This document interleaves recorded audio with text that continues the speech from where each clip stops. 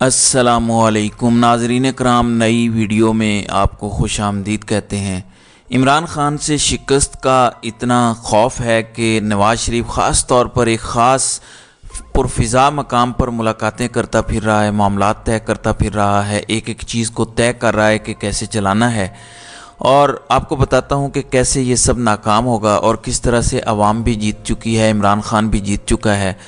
لیکن عدالتوں سے جس طرح عمران خان کو روکنے کی کوششیں جاری ہیں، حالانکہ یہ بے سود کوششیں ہیں، عوام فیصلہ کر چکی ہے، لیکن آپ کو یہ پہلے بتانا چاہتا ہوں کہ آج ہوا کیا ہے۔ عمران خان کی وکلاء ٹیم کے ممبر نعیم حیدر پنجوتھا نے لکھا ہے کہ توشہ خانہ اور القادر ٹرسٹ کیس میں نیب زور و شور سے آ کے کہتا ہے کہ ہم عمران خان کی درخواستوں کی مخالفت کریں گے۔ جب ہماری طرف سے کہا گیا کہ نواز شریف کی تو مخالفت نہیں کرتے تو آگے سے چپ۔ آج ایک جسٹس صاحب نے انہوں نے نام نہیں لیا کیونکہ وہ وکیل ہیں، پیش ہونا ہوتا ہے، میرے خیال میں جسٹس بابر ستار کی بات ہو رہی تھی۔ آج ایک جسٹس صاحب نے اعتراض اٹھایا کہ یہ ضمانتیں بحال نہیں ہو سکتی، لہٰذا اس اعتراض کی روشنی میں یہ کہا گیا کہ جس بینچ نے پہلی والی ضمانتیں بحال کی تھیں وہی اب اس کیس کو بھی سن لے۔ ہم نے کہا کل کے لیے رکھ لیا جائے، لیکن عدالت نے بتایا کہ بینچ 6 تاریخ کے بعد میسر ہوگا۔ ہم نے گرفتاری سے روکنے کے لیے مانگا، وہ بھی نہیں دیا گیا، سماعت ملتوی ہو گئی۔ تو عمران خان کی نیب کے معاملات میں ضمانتیں خارج ہوئی تھیں، ان کو بحال کرنے کی بجائے اب کہہ دیا گیا ہے کہ 6 نومبر تک تو بینچ ہی موجود نہیں ہوگا، اور اس طرح کسی قسم کا سٹے نہیں دیا گیا۔ دوسری جانب عمران خان کی ضمانت کی درخواست، کواشمیٹ کی درخواست، ان ساری درخواستوں پر فیصلے محفوظ ہوئے ہیں، اور اس پر بیٹھ کے عامر فاروق صاحب انڈے دے رہے ہیں۔ ان کو لگتا ہے کہ اس طرح کی ٹیکٹک سے عمران خان کو کوئی نقصان پہنچے گا۔ تو ناظرین اکرام، سب سے پہلے سب سے امپورٹنٹ بات سن لیں، میں نے 3 بہت اہم پوائنٹس اٹھائے ہیں، اور میں یہ بات آپ کے گوش گزار کرنا چاہتا ہوں کیونکہ آگے کا سارا جو مرحلہ آنا ہے وہ آپ کے ہاتھ میں ہے۔ پاکستان کے ساتھ کیا ہونا ہے یہ تقدیر آپ خود لکھیں گے۔ عمران خان کے ساتھ کیا ہونا ہے، کیا عمران خان نے باقی زندگی جیل میں گزارنی ہے، یا عمران خان نے دوبارہ اس ملک کا وزیر اعظم بن کے آپ کو خوددار قوم بنانا ہے، اس کا فیصلہ بھی آپ کریں گے۔ تو میری یہ 3 اہم باتیں سن لیجئے گا۔ نمبر 1، کیونکہ ایک بیانیہ بن رہا ہے کہ نواز شریف ڈن ڈیل ہے، وہی بنے گا وزیر اعظم، تو یہ پہلا پوائنٹ آپ نے غور سے سننا ہے کہ کسی کا باپ بھی نواز شریف کو وزیر اعظم نہیں بنا سکتا۔ اپنے ووٹ کی طاقت کو آپ پہچانیں، جس طرح 1947 میں پاکستان بنا تھا، وہ ووٹ کی طاقت اور اس کے نتیجے میں بنا تھا۔ کسی فوج نے لڑائی نہیں لڑی تھی، کسی جنگجو قبیلے نے لڑائی نہیں لڑی تھی، وہ ووٹ کی طاقت سے بنا تھا۔ اس وقت جو آزادی حاصل کرنے کا جذبہ تھا، آزادی ملی یا نہیں یہ ایک بحث طلب چیز ہے، جو جذبہ تھا آج آپ کو اس سے زیادہ جذبے کی ضرورت پڑنے والی ہے۔ پوائنٹ نمبر 2، ایک بات پوری قوم ذہن نشین کر لے، ہر وہ شخص، ہر وہ انسان جو الیکشن والے دن گھر بیٹھا رہے گا یا کوئی اور کام کرے گا ووٹ ڈالنے کے علاوہ، وہ اپنے ہاتھ سے عمران خان کے ڈیتھ وارنٹ پر دستخط کرے گا۔ تو اگر الیکشن والے دن آپ میں تھکاوٹ ہو جائے، یا آپ مایوس ہو جائیں، یا آپ کہیں کہ میرے ووٹ کا کوئی فائدہ نہیں ہے، آپ نہیں جائیں گے ووٹ ڈالنے، تو مطلب ہے کہ آپ نے اپنے ہاتھ سے عمران خان کو پھانسی لگا دی ہے۔ یہ یاد رکھیے گا، عمران خان صرف اور صرف اب آپ کے ووٹ سے باہر آئے گا، اور عمران خان بھی آپ کے ووٹ سے آزاد ہوگا۔ تو الیکشن والے دن گھر بیٹھنا خود پہ حرام قرار دے دیں، اس لیے اس کو حرام کر لیں، قسم کھا لیں کہ حرام ہوگا مجھ پہ اس دن ووٹ نہ ڈالنا، میں پوری کوشش کروں گا۔ باقی پھر اگر آپ کا لسٹ میں نام نہیں ہے یا کوئی غلطی ہو گئی تو وہ الگ چیز ہے۔ اور تیسرا اور اہم نقطہ کہ آپ کو یہ سمجھ آئے کہ اس کا بیک گراؤنڈ کیا ہے، کہ یہ جو آج ظلم ڈھائے جا رہے ہیں اس کے پیچھے لاجک کیا ہے، پلان کیا تھا۔ پلان 1 جس کا میں ذکر کرتا تھا، عمران خان سے 3 کام لے کے عمران خان کو ذلیل کر کے نکالنا بھی تھا اور جیل میں بھی ڈالنا تھا۔ یہ پلان 2018 میں ترتیب دیا گیا تھا، یا 2017 میں جب نواز شریف کو نااہل کیا گیا تھا، تو اس ٹائم یہ پلان ترتیب دیا گیا تھا۔ وہ 3 چیزیں کیا تھیں؟ سب سے پہلے چوروں کی ڈرائی کلین کی فیکٹری لگنی تھی۔ اگر کوئی ادارہ NRO دیتا تو بدنام ہوتا، اور آپ دیکھ لیں کہ ابھی NRO دے کے کتنے بدنام ہو رہے ہیں۔ تو طریقہ کار یہ تھا کہ احتساب کا نعرہ لگائیں گے، پھر عمران خان کو پھنسائیں گے، دباؤ ڈالیں گے، اور عمران خان سے نیب ختم کروا کے، سارے کیسز ختم کروا کے عمران خان پہ یہ چھاپ لگا دیں کہ NRO تو عمران خان نے دیا ہے۔ نمبر 2 کیا پلان تھا؟ جب کشمیر پہ بھارت نے شب خون مارا تو یہ اجازت سے کیا گیا، پاکستان میں جو کرتا دھرتا ہے ان کی اجازت سے کیا گیا تھا۔ عمران خان کے بالا یہ سب ہوا تھا، لیکن نیکسٹ سٹیپ بھی ہونا تھا کہ اس کے بعد مودی کو پاکستان بلانا تھا، عمران خان سے اس کی ملاقات کرانی تھی اور طے یہ ہونا تھا کہ اب کشمیر پر کوئی بات نہیں ہوگی، آؤ تجارت کرتے ہیں، یعنی کشمیر کا سودا کر کے بھارت کی خطے میں بالادستی بھی عمران خان سے تسلیم کروانی تھی۔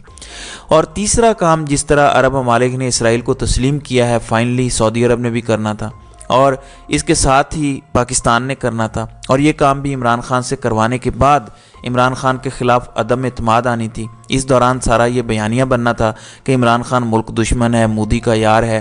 ایک تو مودی کو بلا لیا، دوسرا اسرائیل کو تسلیم کر لیا، اور سب سے پہلے جو کہ چوروں کو NRO بھی دے دیا، یعنی اقتدار کی خاطر عمران خان نے چوروں کو NRO بھی دیا، بھارت کی بالادستی تسلیم کی، کشمیر کا بھی سودا کیا اور اینڈ میں اسرائیل کو بھی تسلیم کر لیا۔ تو پوری قوم عمران خان سے نفرت کرتی، انہوں نے عمران خان کو عدم اعتماد سے اٹھا کے کسی ایسے ہی جھوٹے کیس میں پھنسا کے جیل میں ڈال دینا تھا، اور عوام کہتی شکر ہے ملک دشمن غدار جیل میں گیا۔ اور پھر عمران خان کو باہر نہیں آنے دینا تھا، انہوں نے کسی کو ملنے بھی نہیں دینا تھا کہ یہ تو سنگین غداری کا مرتکب ہوا ہے، اس نے اسرائیل کو تسلیم کیا ہے، اور بیانیہ بھی اتنا سٹرونگ ہونا تھا کہ عوام نے کھڑے بھی نہیں ہونا تھا۔ پلان یہ تھا۔ میرے اللہ نے عمران خان کو بچایا کہ ایک بھی منصوبہ کامیاب نہیں ہوا۔ آج عمران خان کی جو مقبولیت ہے وہ تاریخ میں کم کسی کو ملی ہوگی، اور پاکستان میں تو سوال ہی پیدا نہیں ہوتا کہ کسی کو اتنی مقبولیت ملی ہو جو عمران خان کو ملی ہے۔ اس کی وجہ یہ ہے کہ میرے رب کا منصوبہ کچھ اور تھا، یہ جو دنیاوی خدا بنے بیٹھے ہیں ان کے منصوبے کچھ اور تھے۔ اللہ رب العزت نے عمران خان کو بچا لیا تو عمران خان چاروں طرف سے گھرا ہوا تھا، ایسے سمجھیں کہ دانتوں میں وہ زبان کی طرح تھا لیکن محفوظ رہا۔ اسے لمبی جیل میں رکھنے کے لیے جو منصوبے بنا رہے تھے وہ ناکام ہوئے، کیونکہ عوام اب نکلے گی، 70% سے زائد ووٹ ڈالے گی۔ یہ ڈبے بھی تبدیل نہیں کر سکیں کہ کیمرے آن ہوں گے، عوام پہرا دے رہی ہوگی ووٹ پہ، اور آپ دیکھیں گے کہ پھر آپ جس دن ووٹ ڈالیں گے اگلے دن عمران خان سے معافی مانگ کے انہیں چھوڑنا پڑے گا عمران خان کو، اور یہ ہوگی آپ کی جیت، یہ ہوگا آپ کا حقیقی آزادی کی طرف پہلا قدم، اور اس کے بعد پاکستان کو ترقی کرنے سے کوئی روک نہیں سکتا۔ تو اپنے ووٹ کی طاقت پہچانے۔ اب آتے ہیں تھوڑا نواز شریف کی طرف۔ تازہ ترین جو اطلاعات ہیں جو نواز شریف کو پہنچی ہیں کہ 80% لوگ پنجاب میں، جی ہاں 80% پنجاب میں عمران خان کو ووٹ دینا چاہتے ہیں۔ نواز شریف نے اس کے بعد فرمائشوں میں اضافہ کر دیا ہے، کچھ ملاقاتیں بھی مبینہ طور پر ان کی ہوئی ہیں کچھ اہم لوگوں سے، اور اس کی فرمائشوں میں اضافہ ہو گیا ہے۔ کچھ لوگ تو یہاں تک کہہ رہے ہیں، شاید ہارون رشید کے حوالے سے کسی نے یہ بات کی ہے کہ نواز شریف اب کہہ رہا ہے کہ مجھے خیبر پختونخوا کی بھی حکومت لے کے دو، مجھے سندھ کی بھی حکومت لے کے دو۔ اس کی ڈیمانڈ بڑھتی جا رہی ہے، ایک نوکری دینے کے بدلے نواز شریف پورا پاکستان مانگ رہا ہے، امیر المومنین بننا مانگ رہا ہے۔ لیکن مسئلہ یہ ہے کہ نواز شریف پاکستان کی تاریخ کا سب سے ان پاپولر بندہ ہے اس ٹائم، ایسا کوئی لیڈر یا بندہ نہیں آیا، ویسے یہ لیڈر نہیں گیدڑ ہے، تھوڑی مشکل آئے تو بھاگ جاتا ہے۔ عمران خان کو اس کے بچے کہہ رہے ہیں کہ کوئی ایسا طریقہ نہیں پاپا کہ آپ چھوڑ دیں سب کچھ اور آ جائیں ادھر۔ آگے سے عمران خان کہتے ہیں کہ پاکستان چھوڑ دیا تو میں ویسے ہی مر جاؤں گا، یہ میرا مقصد ہے، اس کو میں نے چھوڑ دیا تو میری زندگی کا مقصد ختم ہو جائے گا، میں کیسے زندہ رہوں گا۔ تو ایسے بندے سے مقابلہ ہے ان کام ظرفوں کا، اس لیے اس حد تک جا رہے ہیں۔ پھر آپ نے وہ خدیجہ شاہ کا لیٹر پڑھا ہوگا، کافی وائرل ہو رہا ہے کہ کس طرح خواتین کن حالات سے گزر رہی ہیں صرف کچھ لوگوں کے لیے۔ ان کی انا یہ ہے کہ عمران خان سے سب کو توڑیں گے، کیونکہ توڑ کے یہ ثابت کرنا چاہتے ہیں، عوام کو بتانا چاہتے ہیں کہ اگر کوئی اتنا ہی بڑا نظریہ ہوتا تو لوگ کیوں چھوڑ رہے ہیں، نظریے کے لیے تو لوگ مار بھی کھاتے ہیں، نظریے کے لیے تو لوگ جان بھی دیتے ہیں۔ یہ ثابت کرنا چاہتے ہیں لوگوں کو توڑ کے کہ یہ کوئی نظریہ نہیں ہے، بس پاپولیرٹی ہے، لوگ اس کے ساتھ جڑ گئے ہیں، تھوڑا سا مارتے ہیں تو لوگ چھوڑ کر چلے جاتے ہیں۔ لیکن خواتین نے ڈٹ کر ثابت کر دیا ہے، اور ان خواتین کو میں دونوں ہاتھوں سے سلیوٹ کرتا ہوں کہ نظریہ واقعی بڑا تگڑا ہوتا ہے۔ اور اس بار آپ کو خواتین اور نوجوان چھٹی کا دودھ یاد نہ دلائیں تو مجھے کہیے گا، بس ایک بار مردانہ وار آپ مقابلہ کر لیں، سب لوگ توڑ دیں۔ بس عمران خان کو کہیں کہ ہر علاقے میں گلی محلے کے لوگوں کو ٹکٹ تقسیم کر دے، کسی مین بندے کو ٹکٹ نہ دے۔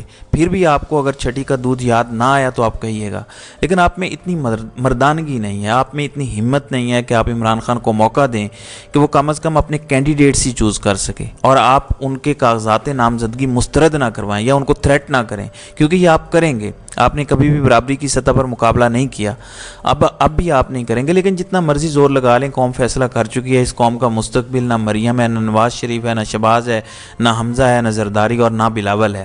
اس قوم کا مستقبل آج اگر عمران خان ہے تو کل مراد سعید جیسا کوئی ہوگا۔ اس قوم کا مستقبل وہ نہیں ہے جو آپ نے سوچا ہوا ہے۔ اس قوم نے روشنی کی ایک کرن دیکھ لی ہے، وہ دوبارہ تاریکیوں کو کبھی نہیں چنیں گی۔ ناظرین اکرام، قاضی کتنا بڑا آئینی قاضی ہے، اعتزاز احسن نے گردن سے دبوچ لیا ہے سہولت کاروں کو اور قاضی کو بھی۔ اب یہ جو تمام لوگوں کو غائب کرتے ہیں اور پریس کانفرنسز کرواتے ہیں، اعتزاز احسن یہ کیس لے کے چلے گئے ہیں عدالت میں۔ اب یا تو آئینی قاضی یہ کیس سنیں گا، اور اگر نہیں سنیں گا تو جو لوگ اس کو سپورٹ کرتے ہیں کم از کم ان کی آنکھیں کھل جائیں گی، جو جینوئنلی سمجھتے ہیں کہ قاضی کا تعلق آئین سے ہے، قاضی کا تعلق قانون سے ہے اور یہ ایک ڈکٹیٹر نہیں ہے۔ جبکہ میری رائے یہی ہے کہ قاضی ایک ڈکٹیٹر ہے اور ڈکٹیٹرز کو پسند کرتا ہے، اس کا آئین اور قانون سے اتنا ہی تعلق ہے جتنا نواز شریف کا جمہوریت سے ہے۔ لیکن اعتزاز احسن نے سب کا ذکر کر دیا ہے۔ آپ نے ان کی پریس کانفرنس بھی سنی ہوگی کہ شیخ رشید غائب ہوتے ہیں، واپس آتے ہیں تو کوئی اور بات کرتے ہیں، فاروق حبیب، صداقت عباسی، ان سب کے ساتھ یہی ہو رہا ہے۔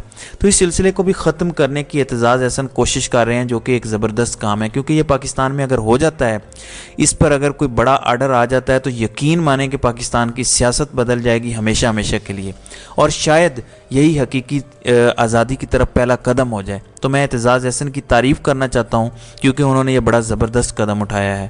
تو ناظرین اکرام، آپ کی اس ویڈیو کے حوالے سے کیا رائے ہے؟ اب اپنی رائے کا اظہار کامنٹ سیکشن میں ضرور کیجیے گا۔